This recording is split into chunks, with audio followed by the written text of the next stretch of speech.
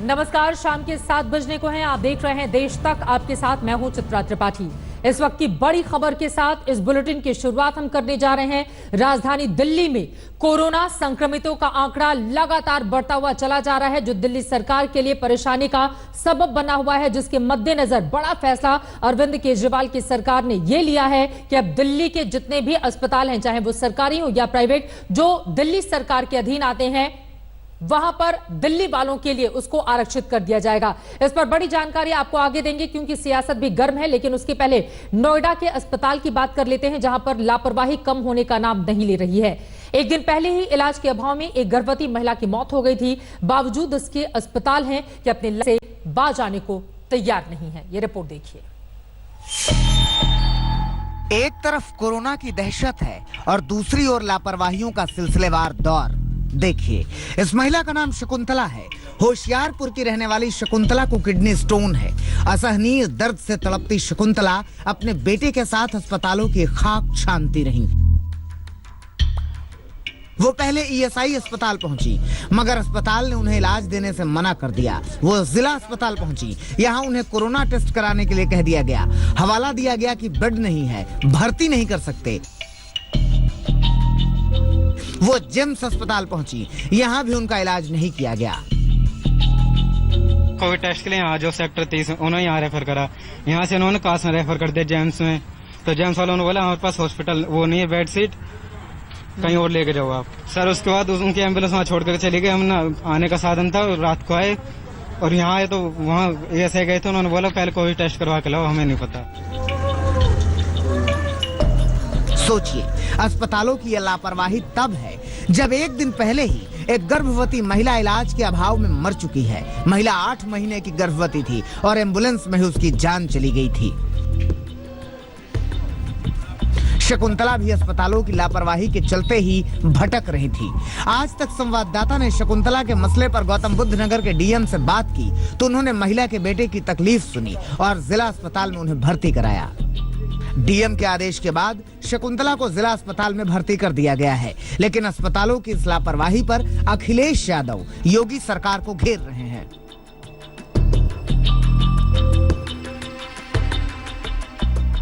उत्तर प्रदेश में प्रसव के लिए अस्पताल खोजते खोजते एक गर्भवती महिला की मृत्यु अति दुखद है। सरकार ये बताए कि अगर वो कोरोना के लिए 1 लाख बेड के इंतजाम का दावा करती है तो आने वाली पीढ़ियों के लिए कुछ बेड आरक्षित क्यों नहीं रखे।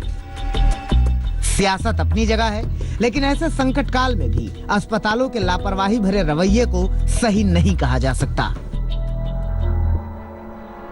नोएडा में कोरोना के लगातार बढ़ते हुए केसेस के बीच सरकारी अस्पतालों की लापरवाही और असंवेदनशीलता चरम पर है। गर्भवती और उसके बच्चे की मौत का मामला भी ठंडा भी नहीं पड़ा था कि 24 घंटे के अंदर एक दूसरा वाकया हुआ, जिसमें जिलाधिकारी को हस्तक्षेप करना पड़ा और कहना पड़ा कि अब बात नहीं, काम चाहिए। जरा देखिए कि स्थिति क्या है। कैमरामैन अजय ठाकुर के साथ राम किंकर सिंह, जिला अस्पताल नोएडा, आज तक। मौजूदा वक्त में सबसे ज्यादा महत्वपूर्ण स्थिति अस्पतालों की ही हो जाती है, लेकिन वहां पर अगर लापरवाही का और असंवेदनशीलता का इस तरह का मामला सामने आएगा तो जरा सोचिए लोगों का भरोसा किस तरह से टूटता हुआ चला जाएगा। लेकिन इन सब के बीच दिल्ली में कोरोना संक्रमितों का आंकड़ा 27,000 की पार चला गया है। हालात लगातार बिगड़ते जा रहे हैं और इन बिगड़े हुए हालातों में दिल्ली के मुख्यमंत्री ने तय किया है कि अब दिल्ली सरकार के अस्पतालों में सिर्फ दिल्ली वालों का ही इलाज होगा। बाहरी लोगों का इलाज केंद्र सरकार के अस्पताल में किया जाएगा। एक बार नहीं, बार बार, कई बार दिल्ली सरकार ये कहती रही कि कोरोना से घबराने की जरूरत नहीं है। दिल्ली सरकार की तैयारी पूरी है, 1 महीने आगे की तैयारी है। हर तरह से कोरोना से निपटने के लिए दिल्ली सरकार तैयार है। लेकिन अब दिल्ली सरकार के सुर बदल गए हैं। दिल्ली सरकार ने फैसला किया है कि दिल्ली सरकार के अस्पतालों में सिर्फ दिल्ली वालों का ही इलाज होगा।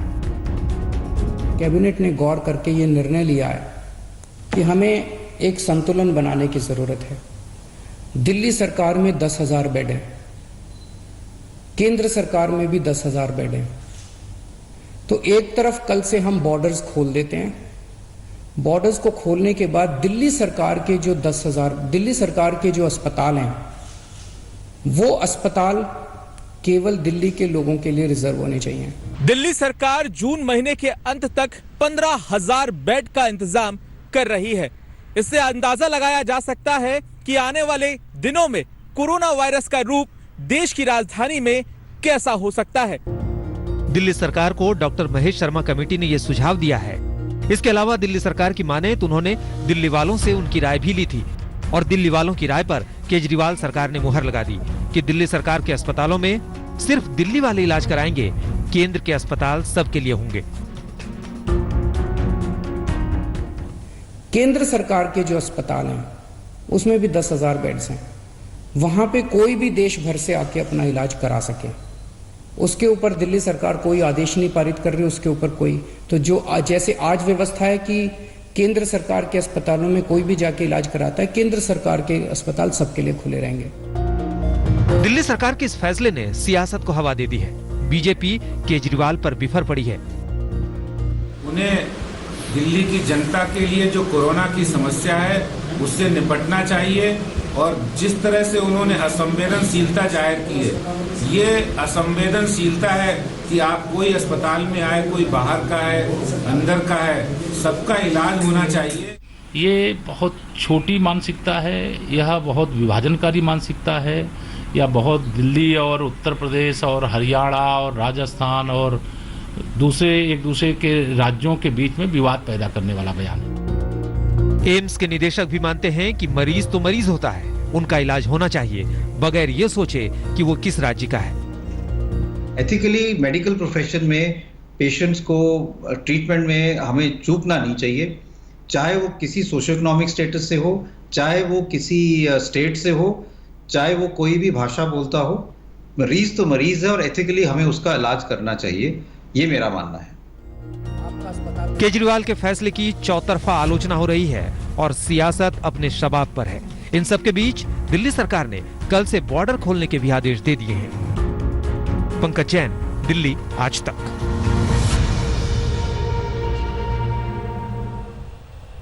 वहीं दिल्ली में पहले ही तमाम रियायतें लागू हैं। अब कल से धार्मिक स्थल, मॉल और रेस्टोरेंट भी खोल दिए जाएंगे, लेकिन लोगों को कड़े नियमों का पालन करना होगा। क्या तैयारी है, हमारे संवाददाता की यह रिपोर्ट देखिए।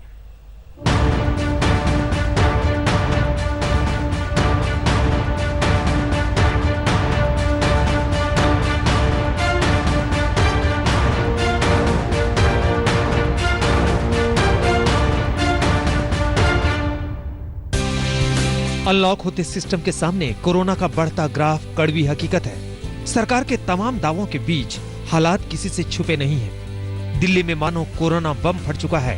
अब तक राजधानी में 27,654 कोरोना के मामले पहचाने जा चुके हैं। ये आंकड़े अब डराने लगे हैं, लेकिन सरकार कह रही है कि कोरोना के साथ जीना होगा। एहतियात को जीवन शैली का हिस्सा बनाना सीखना होगा, यानी कोरोना के बेकाबू रफ्तार के साथ अब सबको दौड़ना होगा। दिल्ली में एक एक कर सब कुछ खुल रहा है। 8 जून से रेस्तरां, मॉल और धार्मिक स्थान भी खोल दिए जाएंगे। दिल्ली के मॉल में तैयारी शुरू हो गई है। कर्मचारियों को ट्रेनिंग दिया जा रहा है। सोशल डिस्टेंसिंग के कायदे तय किए जा रहे हैं। दिल्ली के मॉल में गाइडलाइन के मुताबिक तैयारी पूरी कर ली गई है। ज्यादातर जगह तय किया गया है कि मॉल में घुसते वक्त लोगों की थर्मल चेकिंग की जाएगी। आने वाले हर किसी को सैनिटाइज होना होगा। मास्क, दस्ताने लगाना अनिवार्य होगा। मॉल के कर्मचारी हर कार को सैनिटाइज करने के बाद ही अंदर दाखिल होने देगा। जो गाइडलाइंस बताई गई हैं हमें फॉलो करने के लिए, उसमें कोई भी ऐसी गाइडलाइन नहीं रह जाएगी जो हम फॉलो नहीं करेंगे। बिल्कुल 100% फॉलो किया जाएगा। उन गाइडलाइंस को छोड़ के उनके आगे, उससे थोड़ा आगे जाके भी हम 2-3 चीजें करेंगे। रेस्तरां में सोशल डिस्टेंसिंग के साथ लोगों को बैठने का इंतजाम किया जा रहा है।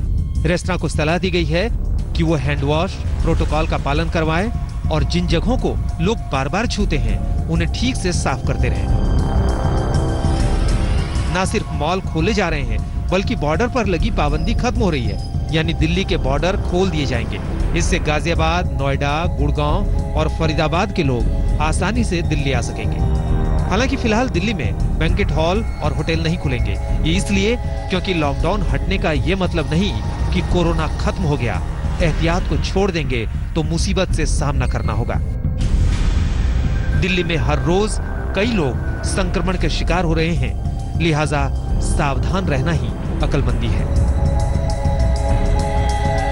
अनिशा माथुर के साथ पंकज जैन, दिल्ली आज तक। सरकारें छूट दे रही हैं, कोरोना नहीं, इसलिए बहुत ज्यादा जरूरी है कि आप तमाम एहतियात बरतें, क्योंकि कोरोना हर रोज फैलता ही जा रहा है। देश में पिछले 24 घंटे में 10,000 नए मामले सामने आए हैं और कोरोना को लेकर देश भर का अब तक का क्या है अपडेट, जरा उसके बारे में भी आपको जानकारी देते हैं, क्योंकि लगातार बढ़ते हुए मामले परेशानी का सबब इस वक्त बने हुए हैं, क्योंकि कुल 2.5 लाख के आसपास पहुंच चुका है कोरोना संक्रमितों का आंकड़ा। ये देखिए, देश के कोरोना मीटर में हम आपको दिखा रहे हैं कुल केस इस वक्त क्या है, 2,46,628 कुल मामला। हालांकि अच्छी खबर यह है कि ठीक होने वाले लोगों की भी बड़ी तादाद है, 1,19,293 लोग अब तक ठीक हो चुके हैं, जबकि 6,929 लोगों की जान गई है। देश भर का ये बड़ा आंकड़ा। और अब बीते 24 घंटे में कुल केस आए हैं 9,971। ये चिंता का सबब है। हालांकि 5,220 लोग ठीक भी हुए हैं, जबकि 287 मौतें हुई हैं बीते 24 घंटों के अंदर। वहीं अगर राज्यों की बात करें कि कौन कौन से वो राज्य हैं जो सबसे ज्यादा परेशान, तो देखिए राजधानी दिल्ली की तस्वीर, 27,654 कुल केस, यहां पर 10,664 लोग ठीक भी हुए हैं, 761 मौतें हुई हैं और 24 घंटे में 1,320 मामले बढ़ गए हैं राजधानी दिल्ली में। इसीलिए एहतियातन कई फैसले दिल्ली सरकार की ओर से लिए गए हैं। महाराष्ट्र के लिए सबसे ज्यादा परेशानी का सबब 82,968 कुल केस, 37,390 लोग ठीक भी हुए हैं, जबकि 2,969 लोगों की जान गई है। ये महाराष्ट्र का आंकड़ा है। राजधानी दिल्ली और महाराष्ट्र की तस्वीर आपने देखी। ये आंकड़े परेशानी का सबब इन दोनों ही राज्य सरकारों के लिए।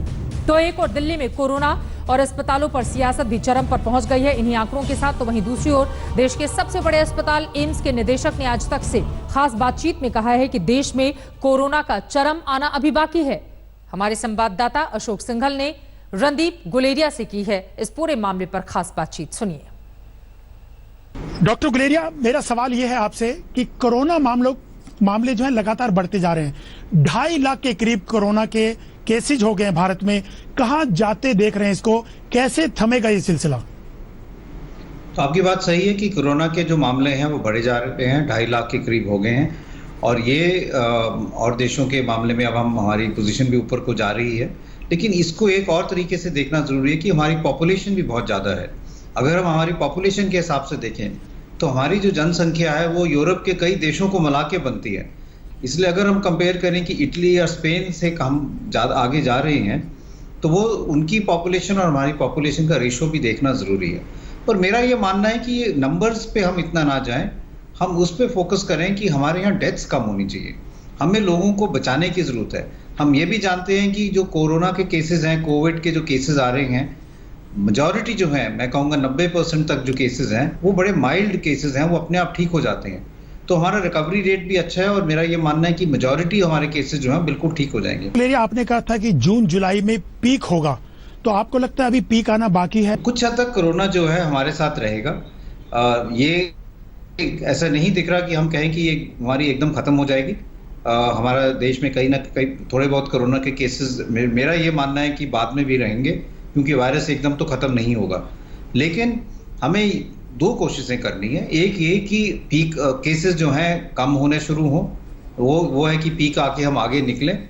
ये कब आएगा ये कहना मुश्किल है, लेकिन ये बात भी सही है कि देश के अलग अलग भागों में पीक अलग अलग टाइम पे आ सकता है, क्योंकि हर एक एरिया थोड़ा का बिहेवियर अलग है। हमारा देश भी बहुत बड़ा है। तो मेरा ये मानना है कि अब जो है एक बहुत बड़ा चैलेंज आने वाला है, क्योंकि जैसे जैसे लॉकडाउन खुलेगा और हम अब फेज 1 ऑफ अनलॉकिंग में पहुंच रहे हैं, तो लोगों की रिस्पॉन्सिबिलिटी बहुत ज़्यादा हो जाती है। और जब हम लोगों की बात कर रहे हैं तो आपको अपने आप को भी बचाना है और ये देखना है कि आप से किसी और को इन्फेक्शन ना हो और आप इन्फेक्शन लेके घर पे ना आए, जिससे आपके जो घर वाले हैं, चाहे वो बुजुर्ग हों चाहे बच्चे हों, उनको भी इन्फेक्शन ना हो। मार्केट की बात करें तो मार्केट में भी सोशल डिस्टेंसिंग रखनी पड़ेगी। अगर आप किसी दुकान पे जा रहे हैं तो ये देखें कि दुकान के अंदर रश नहीं है, एक एक करके ही जाएं।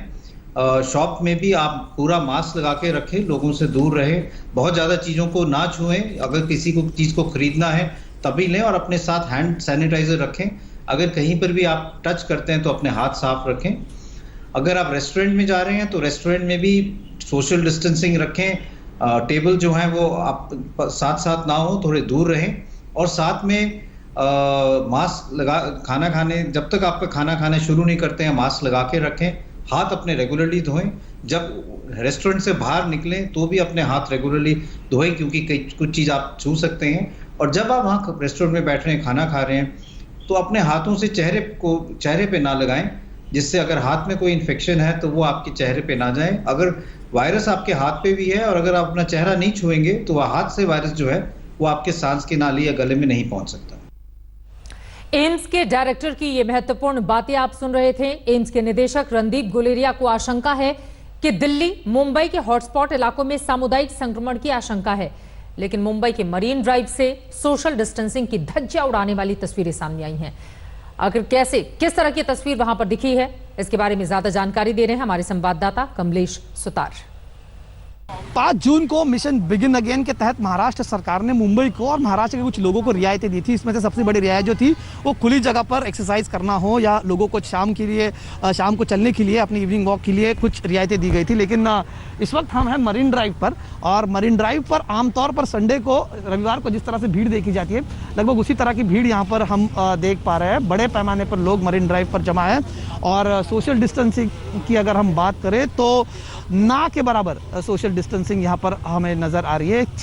2 गज की दूरी, 6 मीटर का डिस्टेंस, 6 फीट का डिस्टेंस लोगों को एक दूसरे के बीच में रखना है। साथ ही साथ मास्क रखने हैं, ये सब हिदायतें दी गई थी। हालांकि मास्क का उपयोग तो हमें दिख रहा है यहाँ पर, लेकिन जिस तरह से भीड़ यहाँ पर हमें दिखाई दे रही है वो जाहिर सी बात है कुछ सवाल तो ज़रूर खड़े करेगी कि लोग यहाँ पर इतने बड़े पैमाने पर क्यों है। मरीन ड्राइव का ये स्ट्रेच शुरू होता है सीधा उस एक छोर से शुरू होकर गिरगांव चौपाटी तक जाता है, और जहाँ तक हमारी इस वक्त नज़र जा रही है, चाहे वो इस ओर जाने वाले छोर तक हो, दक्षिण के छोर तक हो, या उत्तर के छोर पर, यानी एक तरफ से जहाँ पर कुलाबा की तरफ जाने वाला ये छोर है, या दूसरी तरफ गिरगांव चौपाटी तक जाने वाला छोर है, जहाँ तक हमारी नज़र इस वक्त पहुँच पा रही है तकरीबन 1 से 1.5 किलोमीटर तक, वहाँ पर लोगों की ही भीड़ हमें यहाँ पर नज़र आ रही है। और जिस स्वास्थ्य की बेहतरी के लिए इवनिंग वॉक पर लोग निकले हुए हैं, कहीं कोरोना संक्रमण के वो शिकार ना बन जाए, इसका उन्हें ध्यान रखना चाहिए। सोशल डिस्टेंसिंग का हर हाल में पालन तब तक करें जब तक कोरोना जड़ से खत्म नहीं हो जाता। वैसे कल से देश के कई हिस्सों में धार्मिक स्थल, मॉल और रेस्टोरेंट खोले जा रहे हैं, लेकिन हर राज्य ने अपनी अपनी गाइडलाइन जारी की है। वहीं महाराष्ट्र में धार्मिक स्थल में फिलहाल पाबंदी जारी रहेगी। हरियाणा के गुरुग्राम और फरीदाबाद में भी मॉल बंद रहेंगे।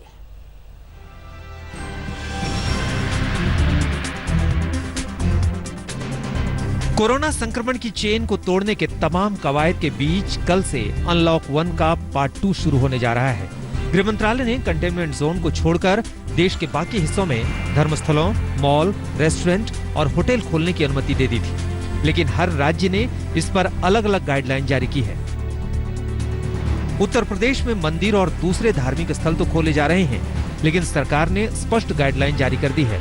धर्मस्थल में 5 से ज्यादा श्रद्धालु नहीं होंगे, प्रतिमा या धार्मिक ग्रंथों को स्पर्श नहीं करना होगा। उज्जैन का महाकाल मंदिर कल से खुल रहा है। हरिद्वार में हर की पैड़ी को स्नान करने के लिए कल से खोला जा रहा है। अहमदाबाद में सोमवार से मंदिर खोल दिए जाएंगे। सोमनाथ मंदिर में स्थानीय लोग कल से दर्शन कर सकेंगे। बनासकांठा का अंबाजी मंदिर 12 जून से खोला जाएगा। यहाँ शिफ्ट में श्रद्धालु दर्शन कर सकते हैं। लेकिन अभी देश में हर जगह न धार्मिक स्थल खुल रहे हैं और न ही मॉल, रेस्तरां। कुछ राज्यों ने अभी धीरे धीरे रियायत देने का फैसला किया है। मसलन वृंदावन के बांके बिहारी मंदिर को खोलने पर अभी फैसला नहीं हुआ है। वैष्णो देवी मंदिर में अभी यात्रा शुरू नहीं हो रही है। इसके साथ ही महाराष्ट्र में धार्मिक स्थान खोलने को लेकर फैसला नहीं हुआ है। गोवा में तमाम धार्मिक स्थल अभी बंद रखे जाएंगे। यूपी में मॉल, रेस्तरां सब खुल रहे हैं। वहीं महाराष्ट्र में फिलहाल मॉल, रेस्तरां को बंद रखने का फैसला लिया गया है। दफ्तर 10% स्टाफ के साथ खुलेंगे, लेकिन पब्लिक ट्रांसपोर्ट बंद रहेगा। वहीं दिल्ली से सटे गुरुग्राम और फरीदाबाद के मॉल और धार्मिक स्थल भी बंद रखे जाएंगे। अहमदाबाद से गोपी घांगर, लखनऊ से कुमार अभिषेक, भोपाल से रवीश पाल सिंह के साथ साहिल जोशी, मुंबई आज तक। उधर बिहार में चुनावी गहमागहमी बढ़ गई है। आरजेडी ने नीतीश कुमार के खिलाफ पहले से मोर्चा खोल रखा था। अब बीजेपी ने भी वर्चुअल रैली करके बिगुल फूंक दिया है। दिल्ली से वर्चुअल रैली की गृह मंत्री अमित शाह ने, वहीं आरजेडी से आज थाली पीटकर सरकार के खिलाफ इस पार्टी ने किया है प्रदर्शन। देखिए, मैं जब आपके सामने ये वर्चुअल रैली के माध्यम से आपके सामने बात कर रहा हूं, कुछ लोगों ने अभी थाली बजाकर ये रैली का स्वागत किया है। मुझे अच्छा लगा कि देर सवेर मोदी जी की अपील को उन्होंने माना और कोरोना के खिलाफ थाली बजाकर जंग के अंदर वो जुड़ गए। इस बीच एनडीए में सीटों को लेकर दबाव की सियासत भी शुरू हो गई है। एलजेपी ने नीतीश कुमार के नेतृत्व पर सवाल खड़ा किया है। चिराग पासवान ने कहा है, बिहार चुनाव में एनडीए का चेहरा या नेतृत्व कौन करेगा, ये फैसला गठबंधन में सबसे बड़े दल बीजेपी को करना है। कोरोना काल में बिहार की सियासत सुलगने लगी है। आरजेडी सियासी बढ़त बनाने और नीतीश को घेरने का कोई मौका नहीं छोड़ रही है। वहीं सत्ता पक्ष भी अब चुनावी मूड में है। इस बीच बिहार में कोरोना केस बढ़कर 5000 के करीब पहुंच गए हैं। पटना से सुजीत झा के साथ आज तक ब्यूरो। उधर गुजरात में राज्यसभा चुनाव से पहले कांग्रेस की नींद उड़ी हुई है। 8 विधायक पार्टी छोड़कर जा चुके हैं। ऐसे में बाकी विधायकों को बचाने की जद्दोजहद जारी है, जिसके लिए एक बार फिर से कांग्रेस ने रिजॉर्ट पॉलिटिक्स शुरू कर दी है। विधायकों को राजस्थान के रिजॉर्ट में छिपाया जा रहा है।